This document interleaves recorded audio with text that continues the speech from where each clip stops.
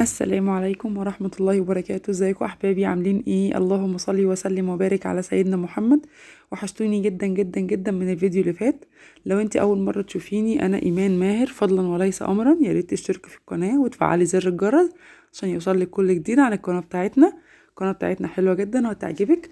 ولو انت اول مرة تشوفيني، يا ريت تخشي تتفرجي على الفيديو ده للاخر، وبعد ما تخلصي خشي خدي لك لفه كده في القناه، هتعجبك جدا وفيها حاجات حلوه قوي ومحمسه وروتينات محفزه جدا جدا جدا لست البيت المصريه الاموره العسوله.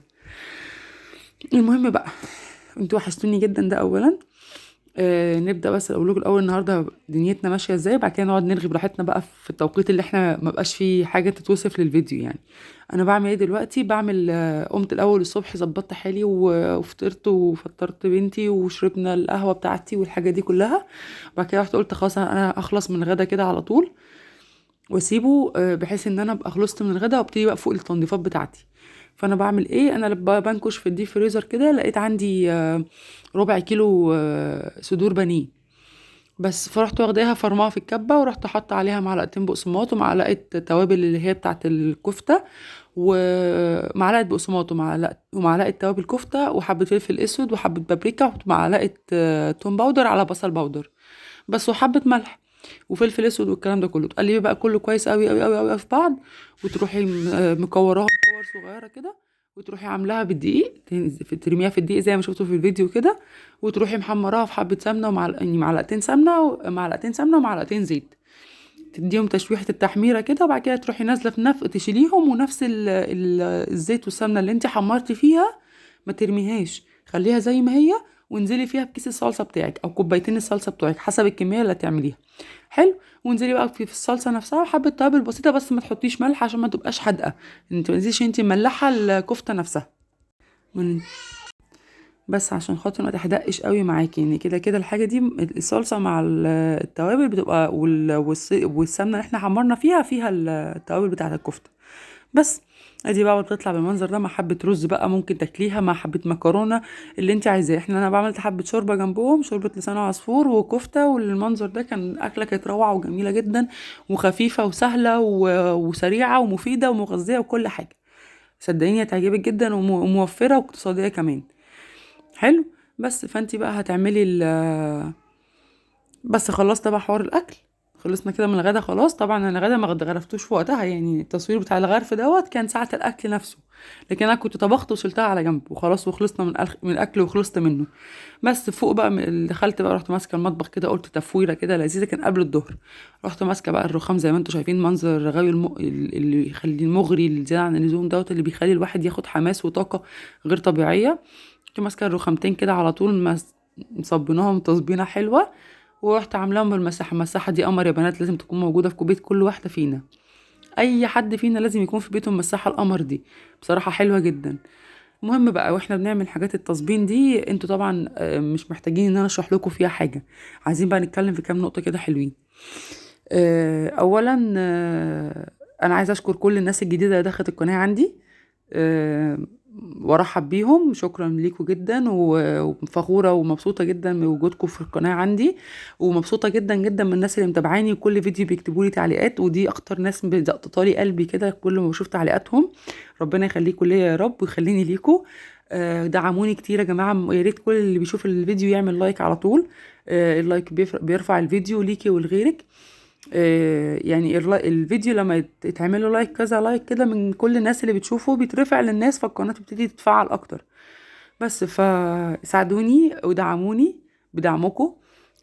وادعوا وندعي لبعض كتير يا جماعة في الكومنتات. احنا داخلين في ايام مفترجة يعني، رجب وشعبان دوت ورمضان طبعا الشهر الكريم الفضيل، فاحنا محتاجين ندعي كتير بظهر الغيب لبعض. احنا كلنا ما نعرفش بعض غير من ورا الشاشة، يعني هي شاشة كده كلنا بنتواصل بيها مع بعض.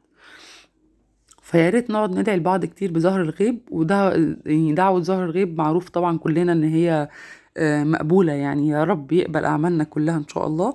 المهم، عايزاكم تقولوا لي عملتوا إيه في حوار حصالة رمضان، وقولوا لي عايزين أعمل لكم فيديو المرة الجاية أو الفترة الجاية دي، فيديو عن إيه؟ عن مشتريات رمضان، إيه اللي أنتوا محتاجينه نعمل عنه فيديو، إيه الحاجة اللي إحنا محتاجينها في رمضان أو الفترة الجاية. نبتدي ننفذ عنها فيديو ونشوف أفكار فيها ونشوف أسعار ونشوف منتجات وخامات وحاجات. شوفوا ايه اللي انتوا نفسكم نعمله وقولوا لي عليه، وانا تحت امركم هنزل واشوف الاسعار واعمل لكم فيديوهات من قلب الحدث زي ما بيتقال. فبس يعني قولوا لي الافكار اللي انتوا عايزينها او الحاجه اللي انتوا حابينها ايه.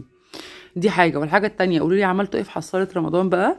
هل حوشتوا خزين ولا حوشتي فلوس؟ وانا من وجهة نظري زي ما قلت لكم قبل كده تحويش الخزين افضل جدا جدا جدا يا حبايبي، عشان خاطر معلش ال10 جنيه النهارده ليها قيمه فرضا، بكره ملهاش قيمه. يعني اللي هتعرفي تجيبيه ب10 جنيه بكره هو هتجيبيه بكره ب20 جنيه، فمش هتعرفي تجيبيها. فانا وجهة نظري ان ال20 جنيه ولا ال10 جنيه اللي بتشيليها من النهارده لحد رمضان هيعملوا مبلغ. بس ساعة رمضان مع تزايد الاسعار المستمر اللي احنا فيه ده، وجهة نظري انا وممكن تكون مش ما يعني مش ماشيه مع وجهة نظر حد تاني، ان هي ساعتها مش هتعملي حاجه، مش هتجيب لي الحاجه اللي ممكن تجيبها لي النهارده. بمعنى، طب يا امان هو احنا هنجيب حاجات ونخزنها ما هتبوظ؟ ما هي اللحوم هتشال 3 شهور و4 شهور؟ لا. طب الزيت والسكر ممكن الزيت يشيليه، بس ازاي؟ افهمي وجهة نظري. صلي على النبي يا ستي في قلبك وانت قاعده كده، صلي على النبي كده، قولي اللهم صل وسلم وبارك على سيدنا محمد في الملأ الاعلى يوم الدين يا رب. بصي يا حبيبتي، اول حاجه اللي انا بتكلم فيه، انت الشهر دوت مثلا بتستخدمي مثلا، هنتكلم فرضا عن الزيت، بتستخدمي 3-4 ازايز زيت في الشهر كله. فرضا شهرك بيمشي ب3-4 ازايز. حلو. انا بدل ما اجيب الشهر ده 3 ازايز بتوع الشهر او ال4 ازايز بتوع الشهر، لا هجيب 5، هجيب 6 حسب مقدرتي. حلو. انا بتكلم في نوع واحد بس، هجيب 6. ال6 دول انا هشيل منهم 2 ما بستخدمهمش، انا استهلاكي 4. هشيل 2 من ال6 على جنب. طبعا ال2 دول مش هيتشالوا لرمضان، ما هو برضو الزيت مش هيقعد يكمكم لرمضان.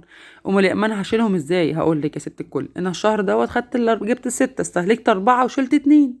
حلو. الشهر اللي جاي هجيب ايه؟ هجيب 4، هجيب 5، هجيب فوق استهلاكي 1 أو 2.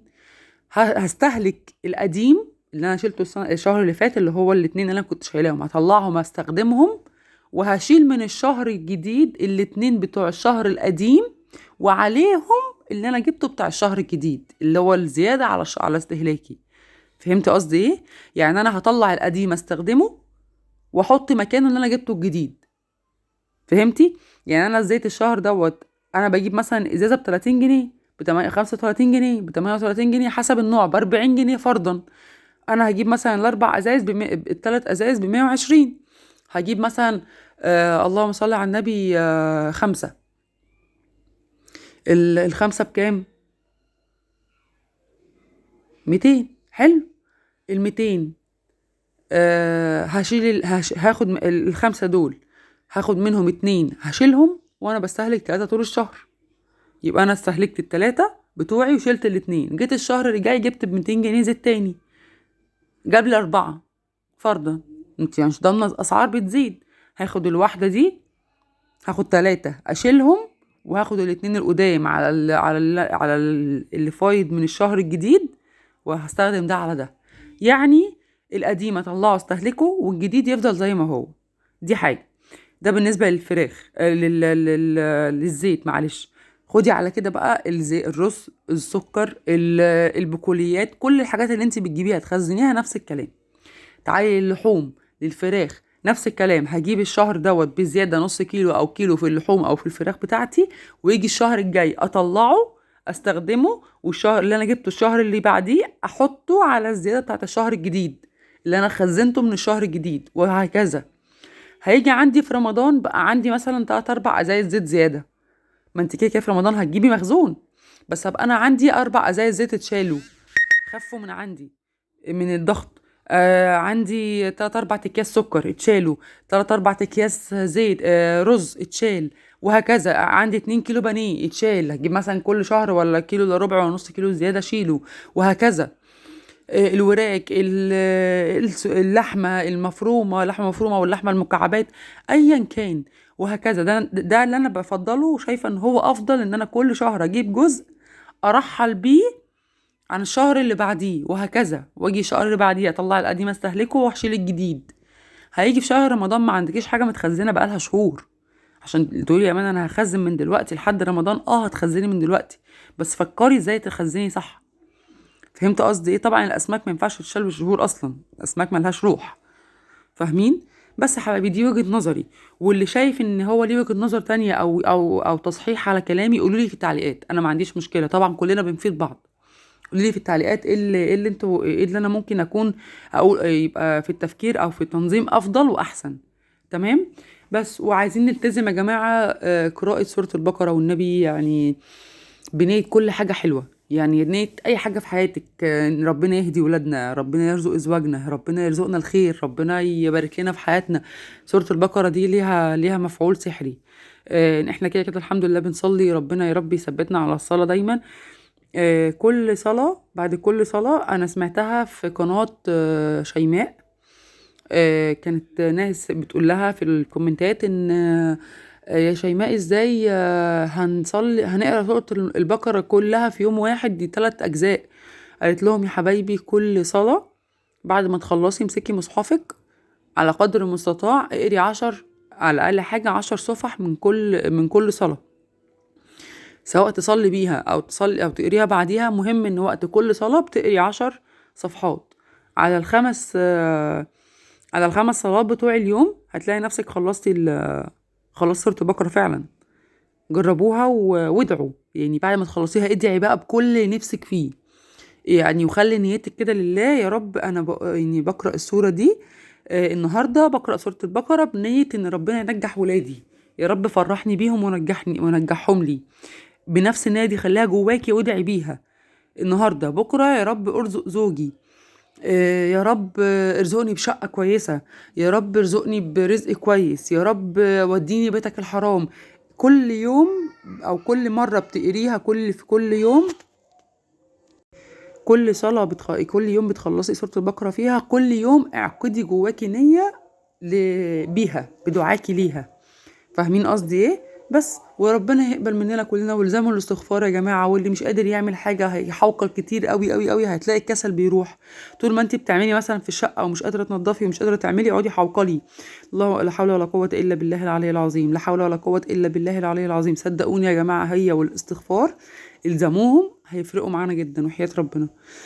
بس قولوا لي بقى ايه رايكم في الروتين بتاع النهارده؟ ربنا يقبل مننا كلنا يا رب. وايه رايكم في الروتين النهارده؟ محمس ولذيذ وظريف وحلو وسريع اهو. غسلنا ارض المطبخ مع بعض بحبه كلوريكس الوان كده حلوين مع بعض، حبه الرغاوي الحلوه اللي الناس بتحبها. يا رب لو الفيديو عجبك لغايه دلوقتي دوسي لايك دوسي لايك دوسي لايك دوسي لايك، هفضل اقول لكم لحد اخر نفس دوسوا لايك يا جماعه، دعموني باللايك بتاعكم الحلو القمر ده. بس مش قادره اقول لكم ان الراحه النفسيه اللي في الفيديو دوت بالنسبه لي انا، ان انا خلصت مطبخي كده شكرا، كله اتلمع وكله اتنضف. حبه المعطر الحلوين دولت يترشوا تشمي بقى ريحه قمر كده. بس بصوا النظافه، وبصوا بصوا بصوا الحلاوه يا ناس، الله اكبر الله اكبر. المهم قولي بقى رايكم في التعليقات ايه، ولو انت لسه ما اشتركتيش في القناه اشتركي ودوسي لايك دوسي لايك دوسي لايك. اشوفكم على خير يا رب الفيديو اللي جاي ان شاء الله، هتوحشوني جدا جدا. دوسوا لايك وشيروا الفيديو، اكتبي لي كومنت اشوفك، ادعي لي بالخير فيه. السلام عليكم ورحمة الله وبركاته.